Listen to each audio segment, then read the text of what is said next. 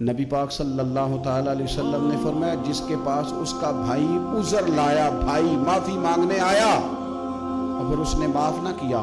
اللہ کے حبیب فرماتے میرے حوض کوثر پہ نہ آئے، تو سخت ہو کے بیٹھ گیا ہے، تو کہتا ہے میرے سے پہلے سنے میں آپ کو بتاؤں اس نے میرے ساتھ کیا کہ اور ٹھہر جا۔ اگر حساب کتاب کے بعد معافی والا اصول رکھ لیا جائے کہ پہلے حساب کتاب ہوگا، غلطیوں کا مداوع ہوگا، پھر معافی ہوگی، تو یہی حساب اگر رب کریم بندوں کے ساتھ کرے تو پھر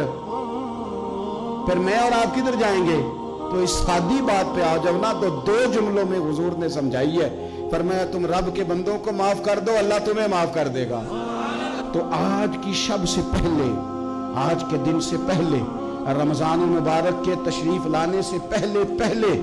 اپنی طبیعت کے اندر ایسا ذوق لائیں، ایسی طبیعت لائیں کہ ہم نے معافی دینی بھی ہے اور معافی